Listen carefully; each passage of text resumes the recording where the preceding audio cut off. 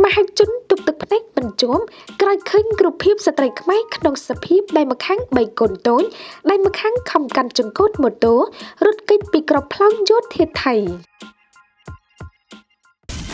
ទទួលយកធម៌ពលគ្មានជាតិហ្គាជាមួយគ្រុឌជួឆើតមិនត្រឹមតែយានយន្តថ្មីទោះជាយានយន្តកំពុងប្រើប្រាស់ក៏អាចយកការគ្រីមក LOLC ដើម្បីទទួលបានប្រាក់កម្ចីរហូតដល់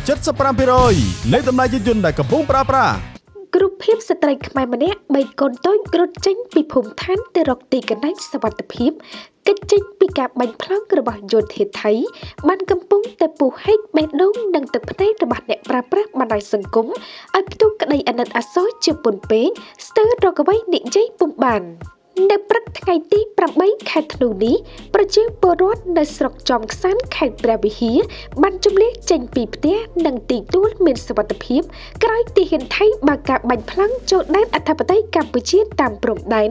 រូបភាពមួយសន្លឹកក្នុងទិដ្ឋភាពដ៏សែនសង្វេគគឺស្ត្រីខ្មែរម្នាក់ក្នុងសភាពដៃម្ខាងបីកូនតូចនិងដៃម្ខាងទៀតខំកាន់ដៃចង្កូតម៉ូតូ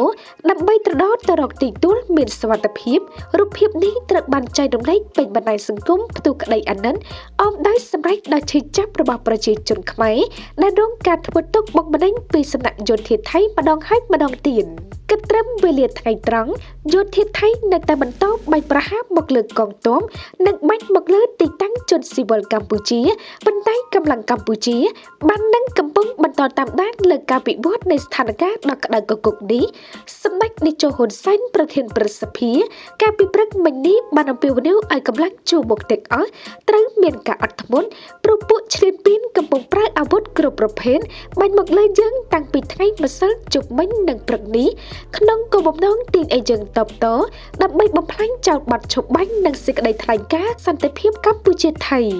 ទន្ទឹមគ្នានេះសម្ដេចនាយកក៏បានបញ្ជាក់ថាបន្ទាត់ក្រហមដែលត្រូវតបតមានកំណត់រួចហើយនិងសូមមេបញ្ជាការគ្រប់ជាន់ថ្នាក់អប់រំបងប្អូននីតិហ៊ានពលទាហានយល់ដឹងគ្រប់គ្នាសម្ដេចក៏បានអំពាវនាវសូមអាជ្ញាធរគ្រប់ជាន់ថ្នាក់ខិតខំជួយដល់ប្រជាជនដែលភៀសសឹកចេញពីតំបន់គ្រោះថ្នាក់មកកាន់តំបន់មានសុវត្ថិភាពសូមបញ្ជាក់ថាបើតាមលោកមេតមាសភក្តីអ្នកនាំពាក្យរដ្ឋបាលខេត្តឧត្តរមានជ័យបានឲ្យដឹងថាគិតត្រឹមម៉ោង11ព្រឹកថ្ងៃទី8ខែធ្នូឆ្នាំ2025នេះនៅខេត្តឧត្តរមានជ័យមានជនស៊ីវិលស្លូតត្រង់ចំនួន3នាក់បានរងរបួសដោយសារការវាយប្រហារពីកម្លាំងយោធាថៃនិងបានបញ្ជូនទៅសង្គ្រោះនៅមន្ទីរពេទ្យ